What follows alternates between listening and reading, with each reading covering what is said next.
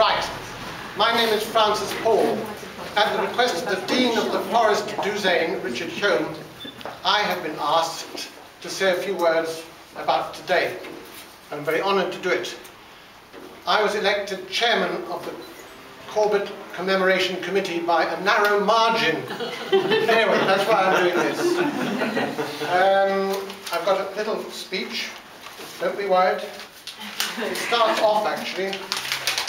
It said paper towel and names. It's a bit of a shopping list. But I've gotten to welcome all of you for coming, but I think above everything else I have to welcome the descendants of the Corbet family, of which there are quite a few present, and we are really touched and amazed and very happy to see their lovely smiling faces here. That's my welcome to everybody. I've forgotten anybody. Right, now the next thing is thanks. I'd like to thank first and foremost Elizabeth Gardner-Wheeler, who has done everything for me in this area. She whetted our appetite last December at the Douzaine dinner, and it wasn't the wine. We were genuinely, spontaneously moved and launched towards today's event. So I'm very, very grateful to have been influenced by her and to work with her and to admire her enormous energy. I hope I'm not embarrassing. Anyway, there we are. And Amy, supported by Julian, of course, there, the man behind the scenes. And the rest of the committee, heroic people all. And she's not here today. I'd like to thank Linda Levasseur, the Reverend Linda, who is really very supportive of this, and she did a wonderful event for us at the graveside on the actual anniversary of the centenary of his death on the 21st April. We had sunshine again, and Linda did a lovely service, very moving, and we even had a hymn sung in fresh air with a man playing an accordion, that organist. And right close to Linda is, of course, Nancy Smith, who did us so proud afterwards in the Douzaine room, where we had gash and tea and a lovely little get-together. So those are some of the thanks I must mention. The Douzaine in general, and the committee in particular, is delighted to be helping commemorate the centenary of Dennis Corbet, 1909 to 2009. As I said, I knew nothing about Dennis Corbet until I heard Elizabeth's fair words. His achievements are amazing. Notably, he was a wonderful painter, naive painter, but a painter of cows. He was a teacher, the head teacher at the school next door, the old version of it, but it was there, constable in our parish.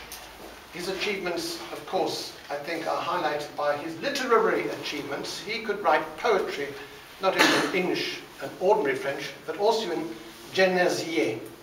I hope if Jan Marquis is listening, I hope my pronunciation is correct.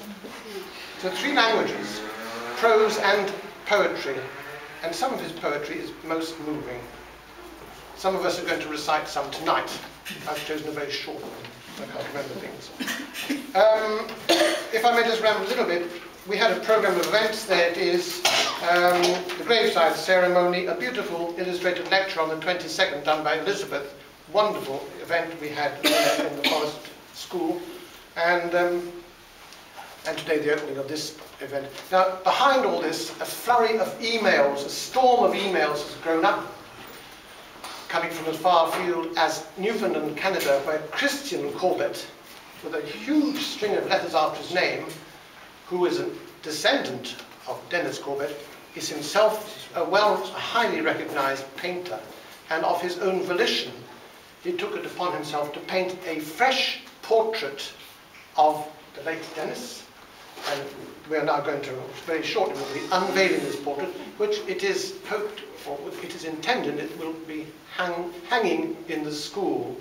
And the head teacher from the school now, Gary Lahure, has already been to see the painting. He welcomed it with open arms, and so we're very grateful to Christian Corbet in Canada. All that flurry of emails, which has had us guessing. We even had a mystery lady coming today with a present. She had to knock on the door at 1:45, and she brought a lovely plaque.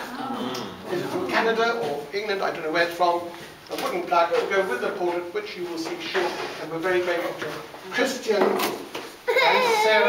brought that. Right, I think that brings us to the climax of our ceremony. We've got at least 2 great-granddaughters here, not 3 or 4. 2 great-granddaughters. Frances and Hazel are both here. And 1 great-great-great-grandson. Oh.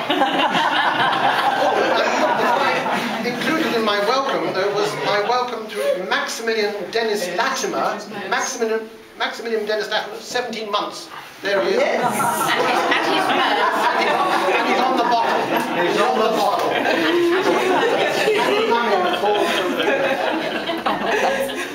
Now, ladies and gentlemen, we have 1 portrait to unveil, 1 rope to pull, 2 great-granddaughters. Are you going to fight over it? Who would like to? You try to get it. All that has to happen. This is made by me. We've done it on. No. You won't come here. The idea is we Hazel will take hold of the red ribbon and tug it, and hopefully it will unveil itself, and then we can all applause. May I ask you to put your hand on the red thing and tug it?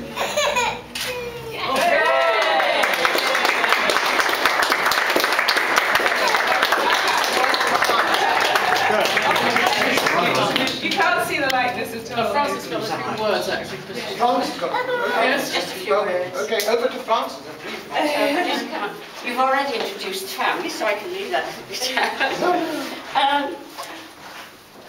I just really, I hate to refer to it, but I will repeat myself otherwise. Keep it brief. We just feel we're so lucky to have had Elizabeth and Richard and so many other people who delved deep into the archives and found out so many interesting facts that I suspect many of you, and certainly a number of the family, have never succeeded in finding. So we're thrilled with all that information. There's a wonderful new family tree which goes back to 1600 and something. It's just amazing. We're privileged to be here this afternoon to witness many of Dennis' paintings, and this evening we'll be hearing some of his poetry.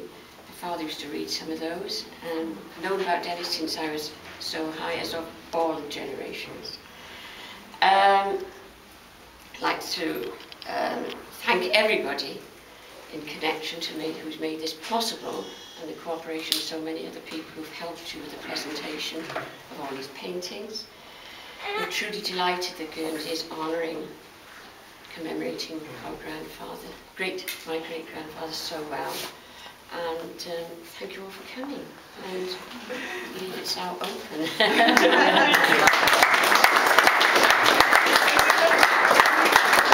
One final special thanks. I forgot to mention the Sanya Arts and Crafts and Elizabeth's inspirational communication brought these panels forward. We had visions of us drilling holes in the Douzaine wall and hanging them up. We can imagine the chaos that would have ensued, but that's come. So we are very, very grateful to Sanya Arts and Crafts. But that's all the speechification, unless anybody else wants to make a party political broadcast. Enjoy what we have. And Elizabeth. There are walkers present. Walkers are here. Walkers are here. Elizabeth Walker.